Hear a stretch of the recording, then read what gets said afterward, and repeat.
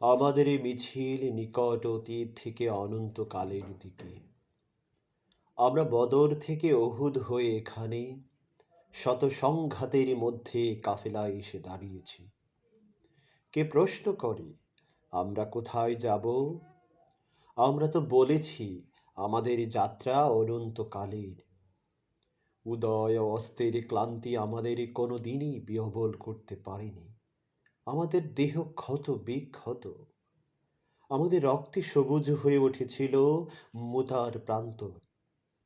পৃথিবীতে যত গোলাপ ফুল ফোটে তার লাল বর্ণ আমাদের রক্ত, তার সুগন্ধ আমাদের নিঃশ্বাস বায়ু। আমাদের হাতে একটি মাত্র গ্রন্থ, আল কোরআন। এই পবিত্র গ্রন্থ কোনোদিন কোনো অবস্থায় কোনো তৌহিদিবাদীকে থামতে দেয়নি। আমরা কি করে থামি? আমাদের গন্তব্য তো এক সোনার তরুণের দিকে, যা এই ভূপৃষ্ঠে নেই।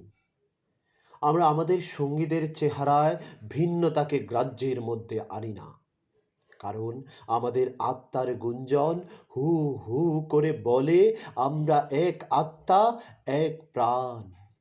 শহীদের চেহারায় কোনো ভিন্নতা নেই। আমরা তো শাহাদাতের জন্য মায়ের উদর থেকে পৃথিবীতে পা রেখেছি। কেউ পাথরে, কেউ তাঁবুর ছায়ায়, কেউ মরুভূমির উষ্ণ বালু কিংবা সবুজ কোনো ঘাসের দেশে চলছি।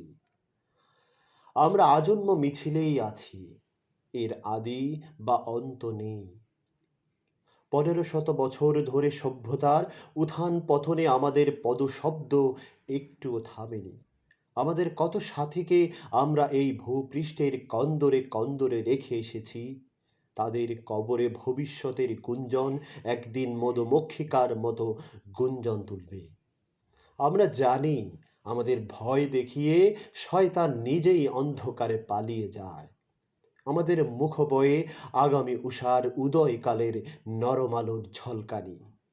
আমাদের মিছিল ভয় ও ধ্বংসের মধ্যে বিশ্রাম নেয়নি, নেবে না। আমাদের পতাকা কালেমায়ে তৈয়্যিবা। আমাদের এই বাণী কাউকে কোনোদিন থামতে দেয়নি, আমরাও থামব না।